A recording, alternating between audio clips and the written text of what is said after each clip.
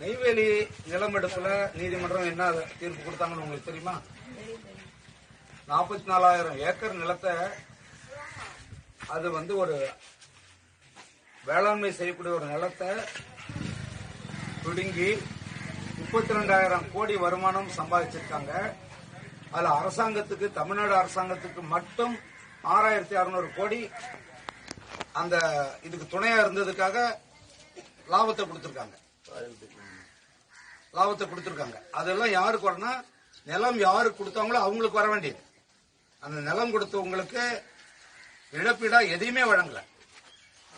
அவங்களுக்கான மாற்று குடியிருப்புக்கான பட்டாவே இந்த பிரச்சனைக்கு அப்புறம் 60 ஆண்டுகள் கழிச்சுதான் அது 300 பேருக்கு கொடுத்திருக்காங்க. ஆயிரக்கணக்கான பேர் வெளியேற்றினதுல வெறும் 300 பேர்களுக்கு ஒரு கண் துடைப்பை கொடுத்தாங்க. கடைசி வரைக்கும் ஒப்பந்த தொழிலாளர்களை தான் வச்சாங்க. வேலை வாய்ப்பும் கொடுக்கல, எதுவுமே கொடுக்காம ஏமாத்திட்டு இருக்காங்க.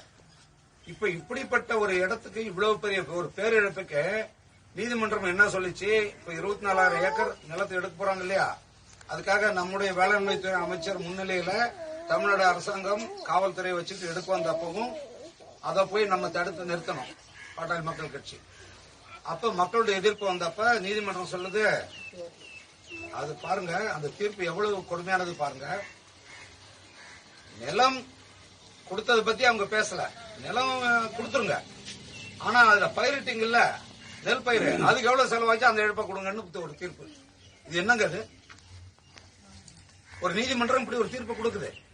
இந்த மக்களுடைய வாழ்வாதாரத்துக்கு மூலமா இருந்த நிலத்தை பிடிக்கலாம், ஆனா அந்த நிலத்துல பயிரிட்டதுக்கான இழப்பீடை மட்டும் வாங்கிக்கங்கன்னு ஒரு நீதிமன்றம் தீர்ப்பு கொடுக்குது. இப்படிதான் தீர்ப்பு வரலாம், என்ன வேணா நடக்கலாம். அது நம்மளுடைய கோரிக்கைக்கு எதிராகவும் வரலாம், சாதகமாகவும் வரலாம். ஆனா எது எப்படி வந்தாலும் மக்களுடைய ஆதரவோட பாட்டாளி மக்கள் கட்சி அரசியல் ரீதியாக போராடும். இதை உங்ககிட்ட சொல்லி உங்களோட அச்சத்தை போகிறதுக்காக தான் நான் வந்திருக்கேன். சரியா? இது என்னன்னா, மீண்டும் நான் சொல்றேன், நான் இப்ப இங்கே உட்கார்ந்துருவேன். ஏன்னா நீதிமன்றத்தை நம்ம மதிக்கிறோம். வள்ளலார் பெருமான் இங்க பாருங்க, என் பாதம் இந்த மண்ணில் இருக்கு, அவருடைய பாதங்கள் பட்ட இடம் இது. இந்த இடத்துல இப்படி நகருங்க, இந்த கோயில் பழமையான கோயில். இந்த இடத்துல உட்கார்ந்துதான் ஊர் மக்களை எல்லாம் அழைச்சி கோரிக்கை கொடுக்கிறார். இது மாதிரியான ஒரு கோட்பாடு, என்னுடைய கோட்பாடுகளுக்கு ஒரு கோயிலாக, ஒரு மையமாக இது விளங்க போகுது. எனக்கு இடம் நீங்க தானமா தருவீங்களான்னு கேட்கிறாரு.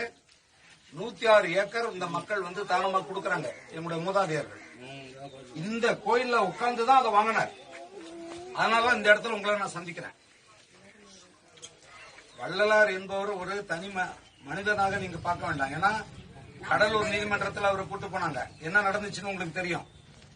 எங்கேயாவது ஒருத்தர் நீதிபதிகள் எழுந்திருந்து வணக்கம் தெரிவிச்சிருக்காங்களா? அது வரைக்கும் நடக்குமா உலகத்தில் எங்கேயாவது? வள்ளலாருக்கு மட்டும்தான் அது நடந்தது. ஏன்னா அவர் சாதாரண மனிதர் அல்ல, அதையும் தாண்டி இந்த உலகத்தை பத்தி, இந்த உயிர்களை பத்தி எல்லாருக்கும் பொதுவானவர், எல்லாமே அனைவருக்கும் பொதுவானதுன்னு சொன்னார். எல்லா உயிர்களையும் மதிக்க சொன்னார். எல்லாரும் பார்த்துக்கிட்டு இருக்காங்க, அவங்களுக்கு இந்த செய்திகள் எல்லாம் போகும். நம்ம நீதிமன்றத்தை மதிக்கிறோம். அது நீதிமன்ற உத்தரவு வர்ற வரைக்கும் இங்க எந்த வேலையும் நடக்கக்கூடாது. நீதிமன்றம் மக்களுடைய கருத்து கேட்கணும் தவிர முதலமைச்சர் ஒரே ஒரு முறை தயவு செஞ்சு இங்க வாங்க, ரிமோட்லயே திறந்து வச்சுட்டு இருக்காங்க, அப்படி செய்யற விஷயம் இல்ல. மக்களுடைய இந்த குமுறலை பாருங்க, பாருங்க. இந்த இடத்தை மதிச்சு வள்ளலார ஒரு முறை நீங்க பார்த்த மாதிரி இருக்கும். ஒரு முறை பாருங்க. ஏழைகள் வயிறு எறியாம பாத்துக்கன்னு சொல்லியிருக்காரு. இந்த ஏழைகளோட வயிறு எறியாம பாத்துக்க வேண்டியது தமிழ்நாடு அரசுடைய கடமை. இந்த இடத்துல அதுதான் நம்ம சொல்ல வரோம். நம்ம திமுக அதனுடைய தேர்தல் அறிக்கையில ஒரு சொல்லியிருந்தாங்க. அப்ப கூட எனக்கு ஒரு மகிழ்ச்சியா இருந்தது. இந்த சர்வதேச மையம், பன்னாட்டு மையம் வடலூரில் அமைக்கப்படும் 100 கோடியில் சொன்னது மகிழ்ச்சி அடைஞ்சோம் நான். ஏன்னா என் ஊரை பொறுத்த வரைக்கும் இது ஒரு சுற்றுலா தலமா மாறப்போகுது. கருணை இல்லா ஆட்சி கடித ஒழிக, உடனே ஒழிஞ்சிடணுங்கிறார்.